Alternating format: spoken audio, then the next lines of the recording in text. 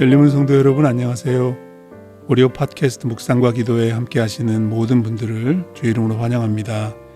오늘도 말씀 묵상과 기도로 하나님께 더 가까이 나아가시는 귀한 시간 되시길 축복합니다.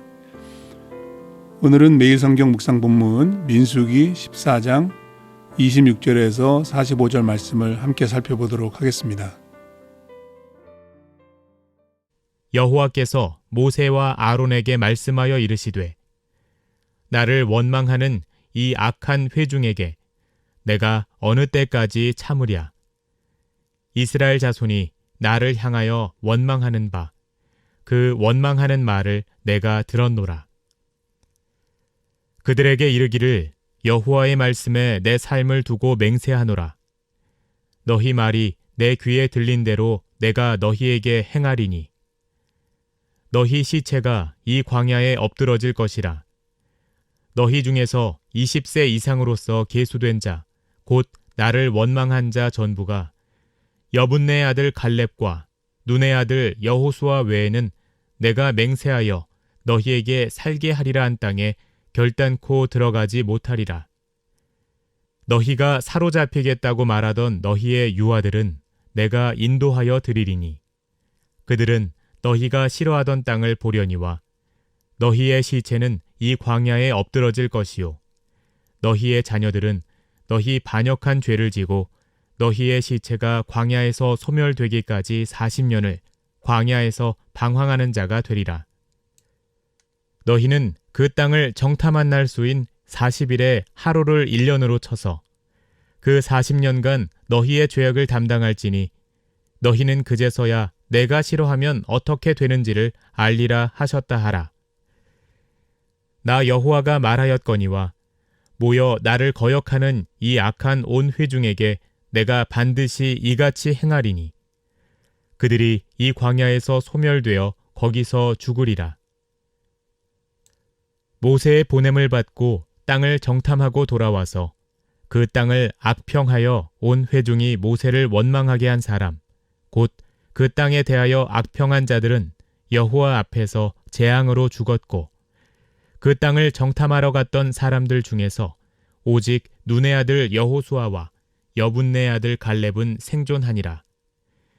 모세가 이 말로 이스라엘 모든 자손에게 알림해 백성이 크게 슬퍼하여 아침에 일찍이 일어나 산 꼭대기로 올라가며 이르되 보소서 우리가 여기 있나이다. 우리가 여호와께서 허락하신 곳으로 올라가리니 우리가 범죄하였음이니이다. 모세가 이르되 너희가 어찌하여 이제 여호와의 명령을 범하느냐. 이 일이 형통하지 못하리라. 여호와께서 너희 중에 계시지 아니하니 올라가지 말라. 너희의 대적 앞에서 패할까 하노라. 아말렉인과 가나안인이 너희 앞에 있으니 너희가 그 칼에 망하리라.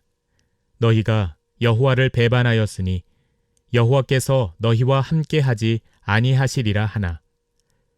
그들이 그래도 산 꼭대기로 올라갔고 여호와의 언약궤와 모세는 진영을 떠나지 아니하였더라.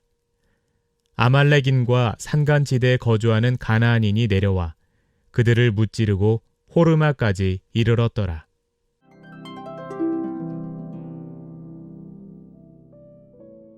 이스라엘 백성들은 시내산에서 출발한 지 약 3개월 만에 가데스 바네아에 도착했습니다.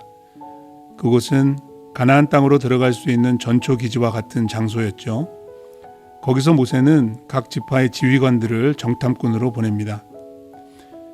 그리고 임무를 마치고 돌아온 10명의 정탐꾼들이 있었는데 그들은 가나안 땅을 악평하면서 하나님에 대한 깊은 불신을 드러내죠. 그 반면에 여호수아와 갈렙만 하나님의 약속을 신뢰하면서 그 땅을 취하자고 강하게 변론했습니다. 이 두 가지 보고를 들은 이스라엘 백성들은 지속적으로 불신과 불평을 드러내고 결국 하나님은 그들을 향해 심판을 선언하십니다.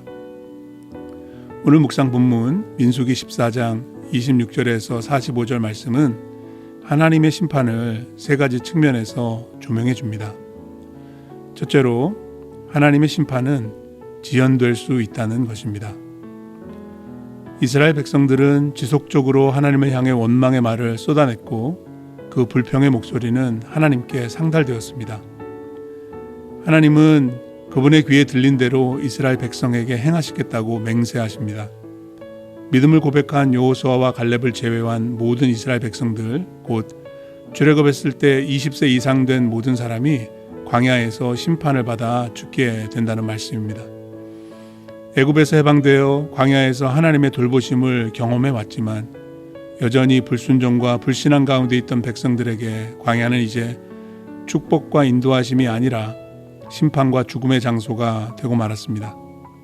그런데 그 심판은 곧바로 집행되지 않고 총 40년이란 기간에 걸쳐서 오랫동안 지속되었습니다.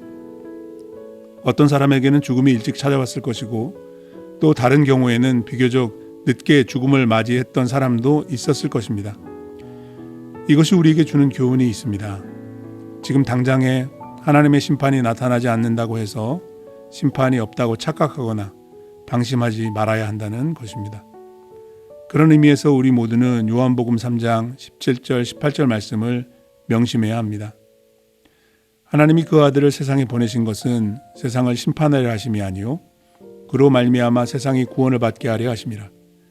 그를 믿는 자는 심판을 받지 아니하는 것이요 믿지 아니하는 자는 하나님의 독생자의 이름을 믿지 아니하므로 벌써 심판을 받은 것이니라. 아멘. 심판을 받지 않는 유일한 길은 오직 예수 그리스도밖에 없습니다. 둘째로 하나님의 심판은 주연될 수 있을 뿐만 아니라 가혹할 수도 있습니다. 백성들을 지도자로 뽑혀 가나안 땅을 정탐하고 돌아와서 악평을 쏟아냈던 10명의 정탐꾼들은 가장 먼저 심판을 받게 되었습니다. 그들은 모두 여호와 앞에서 재앙을 받아 즉각 죽임을 당했는데요. 그 죽음이 어떤 죽음이었는지 명확히 알기는 어렵지만 본문의 재앙은 종종 하나님의 심판으로서의 전염병을 뜻하곤 합니다. 그러나 그들이 즉각 죽음에 이른 것으로 보아 불이 내리는 것과 같은 가시적인 수단에 의해 사형에 처해졌을 수도 있습니다. 중요한 것은 그들이 누구보다도 먼저 가혹한 심판을 받았다는 사실이죠. 사도 베드로도 고난당하는 성도들에게 경각심을 일깨우며 이렇게 권면했습니다. 하나님의 집에서 심판을 시작할 때가 되었나니 만일 우리에게 먼저 하면 하나님의 복음을 순종하지 아니하는 자들의 그 마지막은 어떠하며 또 의인이 겨우 구원을 받으면 경건하지 아니한 자와 죄인은 어디에 서리요. 베드로전서 4장 17절 18절 말씀입니다. 그래서 예수님께서도 이렇게 경고하셨죠. 무릇 많이 받은 자에게는 많이 요구할 것이요 많이 맡은 자에게는 많이 달라 할 것이니라. 기억하십시오. 받은 은혜가 많으면 많을수록 그만큼 하나님의 기대와 기준은 크고 높아질 수밖에 없습니다. 마지막 셋째로 하나님의 심판은 모면할 수 있습니다. 그래서 반드시 피해야 합니다. 그런데 이스라엘 백성들은 피할 수 있는 그 심판을 자처하고 말았습니다. 하나님의 심판 선언을 들은 백성들은 크게 슬퍼하며 스스로 범죄했다고 고백했습니다. 그들은 입술로는 죄를 인정했지만 광야에서 방황하리라는 하나님의 말씀을 거부하고 가나안 땅으로 올라가려 했습니다. 모세는 그것이 여호와의 명령을 거역하는 것이라고 경고하면서 아말렉인과 가나안인의 칼에 망할 것이라고 만류했지만 이스라엘 백성들은 이번에도 불순종을 선택합니다. 그들은 하나님께서 함께하지 않으실 것이라는 말을 듣고도 마치 약속을 받은 사람인 양 담대한 마음을 가지고 산꼭대기로 올라갔죠. 그 결과 아말렉 사람들과 산간지대에 거주하는 가나안 사람들이 내려와서 이스라엘 백성들을 크게 무찌르게 됩니다. 심판의 경고를 무시한 무지하고 무례하고 무법한 자들의 최후라고 볼 수 있습니다. 우리는 절대로 이들의 어리석은 선택을 답습하지 말아야 할 것입니다. 사도 바울이 고린도전서 10장에서 권면한 것처럼 이러한 일은 우리의 본보기가 되어 우리로 하여금 그들이 악을 즐겨한 것 같이 즐겨하는 자가 되지 않게 하려 함이니 그들에게 일어난 이런 일은 본보기가 되고 또한 말세를 만난 우리를 깨우치기 위하여 기록되었느니라.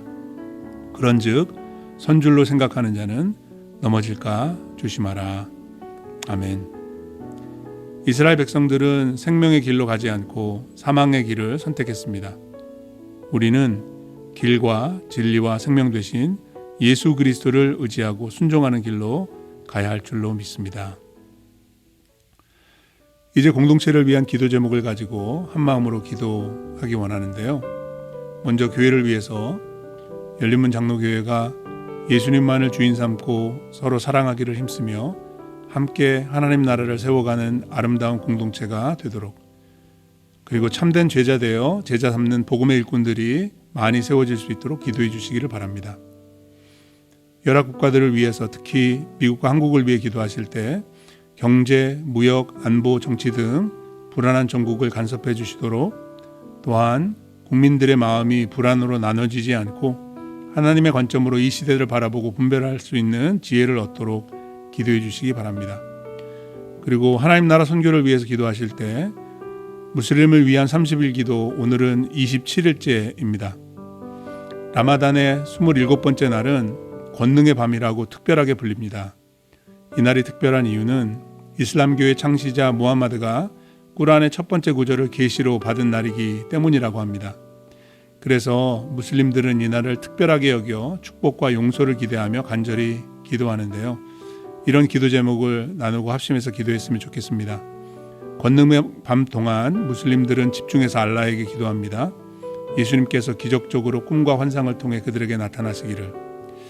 많은 무슬림들이 그 권능의 밤에 자기들의 죄의 용서를 구하는데 그들이 세상 죄를 씻으신 하나님의 양이신 예수님의 계시를 볼 수 있도록, 그리고 운명의 밤이 무슬림 세계에서 일하고 있는 사역자들에게 복음을 나눌 기회가 될 수 있도록 기도해 주시기 바랍니다.